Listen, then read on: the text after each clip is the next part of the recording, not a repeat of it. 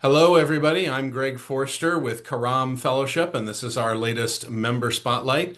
Today, we're joined by Denise Lee Yohn, who is the co-founder of the Bay Area Center for Faith Work and Tech.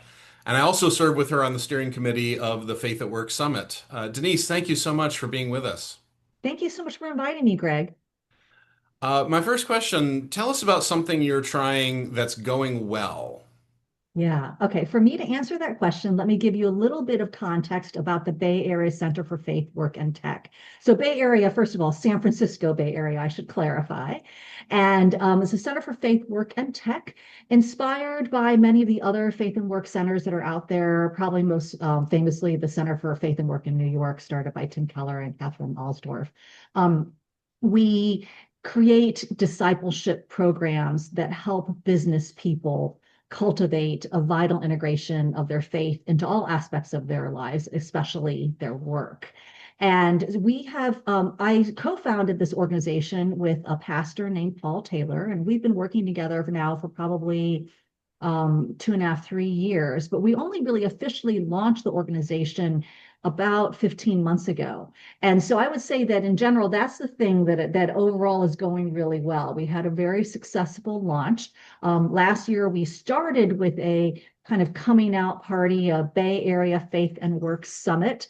And we had an overwhelming response. 400 people came last year, and then we had another 400 this year. People are just so eager to connect with each other, to learn and be inspired by other people's stories of how God is working in and through them and their work. And just a great privilege to be able to serve and minister to them. So overall, I would say the Faith Work Tech, as we call ourselves, is going really well, and particularly this summit that we had convened just a couple of months ago was a highlight. You know, about 10 years ago, a lot of places were trying to launch these Mhm. city-based faith and work centers, and they really struggled, but now they seem to be having a moment. So I'm curious, I wonder if the locality is key to that. What's particular about the Bay Area Center that you think is going really well? Yeah, yeah. A couple things. To your point, I think that the regional or local focus is particularly important because their work and business is so pervasive in our culture. There are so many people who come to the Bay Area specifically to work for some of the big tech companies, or because they want to be part of the culture here. And so I think just the fact that there is a Christian organization that is leaning into this intersection here in the Bay, I think is particularly attractive or compelling. But I will say, I think that the secret sauce is really the partnership between me and Paul. Paul, as I said, is a pastor, and actually had up until very recently been a pastor of a vibrant church for what, like 15, 20 years. I mean, he grew up in that church, and so his connection to other local churches, other pastors, his kind of relationships that he had already built, I think really helped us, because a lot of times what we've observed is that centers for faith and work kind of can exist out on their own. And, if we are going to participate in any kind of movement that God is working here in the Bay Area, it has to be through the local church. And so we didn't think that we could do this kind of out on our own. We really wanted to be very well connected, almost embedded into the churches here. And I think that the partnership between Paul and I enabled us to do that. I'm really grateful. A thousand amens to what you just said about putting it in the local church. And a couple of years ago, when I met you and Paul for the first time, it really struck me how the local church was central to your vision. And I'm very grateful not only that you had that vision, but that it's going well. Let Yeah. me ask you my next question. How are big picture issues a part of what you're doing?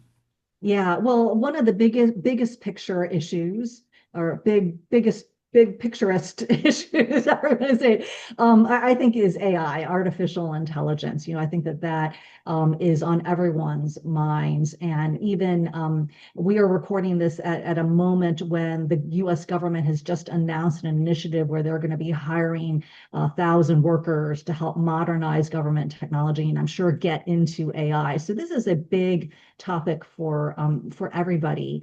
And I think it raises a lot of existential questions, like what does it mean to be human? And if we, can be gods, should we be gods? What is good technology?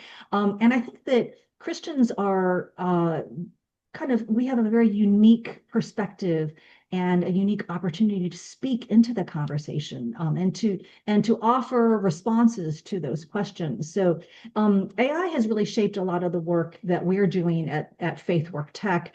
At the summit that I mentioned, we had both main stage programming and breakout sessions specifically dedicated to AI to help people think about AI through a Christian lens, kind of look at what the Bible says about technology and about human capability and creation and innovation. And then Paul is going to be hosting a cohort specifically focused on AI this spring, and that will probably develop into some more programming. And then Paul and I are involved in a lot of the national and international conversations that are happening about AI. It's from everywhere. I was kind of making a list. I think like there's something going on at Notre Dame that Paul is involved with. I'm getting involved in this organization, Quo Vadis, that is originated in Austria, and they're having a meeting in Florida. There's just so much attention to this. And if we can participate and hopefully shape some of the conversation, it's a great blessing and something that we really want to steward carefully. It's so encouraging to see Christians thinking theologically about these cutting edge technologies that are raising questions that we haven't processed in the past. At our faculty retreat back in the summer, we spent a significant amount of time talking about AI. Nathan Hitchcock led us in a session where we talked about how we've been saying for years that the old model of education as information transfer, that what you get out of an education is you learn more information. It needs to die. It doesn't work. And we've said that for years, but we haven't had traction in making it effective and getting to a different model. Well, now AI is here, and it's time for us to put up or shut up on getting out of the information transfer business, because if we don't, AI is going to wipe us out. So we can think of this as an opportunity to embrace a deeper understanding of what we do. So thanks Absolutely. for sharing Yeah. that. Yeah, sure. My last question is, tell us about an experience of collaboration, either one that you've had in the past or one that you're looking forward to, that you're encouraged about.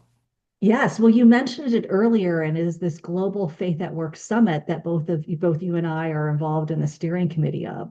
So this is a global gathering that will be happening in Cincinnati in June, and I am so excited about the collaborative nature of not just the planning, but or not just the event, but the actual planning of the event, in the sense that uh, our effort is being led by Chuck Proudfit, who runs several things in Cincinnati, but I know him primarily from his ministry called At Work on Purpose. And he has gathered a group of, what is there, Greg? There's probably a dozen of us, maybe 10 to 12 of us. Almost. Yeah. Probably Uh, 8 to 10 would be my estimate. Okay, on the steering committee, and from a range, the fact that you and I are both on this planning committee, I think is a great representation of the different perspectives that are being drawn into the programming. Um, and I think what has helped is that we are all focused on the theme, which is frontiers. So really kind of being very future oriented and kind of thinking about how do we move the faith and work movement forward, and kind of build it up for the next generation. And are the sub themes, or the themes that we'll be covering in the programming, of creativity and collaboration and continuity, I think are the exact right themes for us to focus on. But probably, I think the biggest aspect of collaboration I think is really embodied is the four audiences or four groups that we are trying to engage with this conference. So, a lot of faith and work ministry conferences maybe have a lot of people like me, faith and work ministry leaders. But while we are one group that we're hoping to engage with this Global Faith at Work Summit. We also are wanting to engage the education sector, and so folks from seminary and the Christian academia is very important. Then pastors in churches and the local church being a part of it. And then, Greg, help me. Why am I totally forgetting the last Practitioners is the question? word Yes, we've thank you. used, right? Yes, I'm sorry.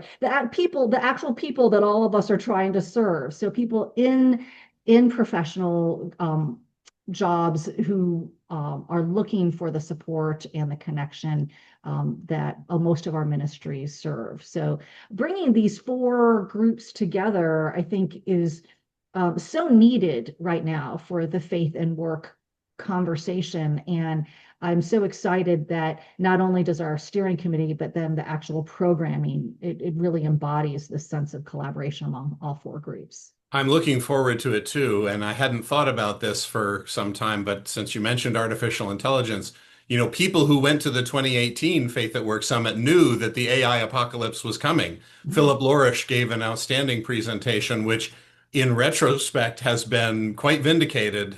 So if people who were with us in Chicago in 2018 knew that this was all on the way.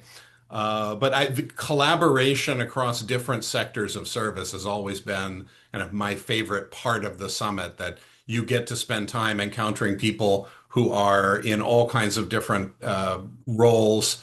I met people involved in Christian networks in the medical world and people running city-based centers and then church leaders. And it's an opportunity, particularly for those of us in the traditional academic world. It's hard for us to get out of that world and spend time connecting with what's going on outside, but we really need to do it. Yeah, I think we all can benefit from better understanding each other's worlds, what needs, what challenges, what triumphs, what opportunities are out there, because then I think that God can use us to support and resource and encourage each other in the work that we're doing. You might even say the eye cannot say to the hand, I have no need of you. Denise, thank you so much for being with us. We really appreciate it. Thanks for the conversation. It's been great.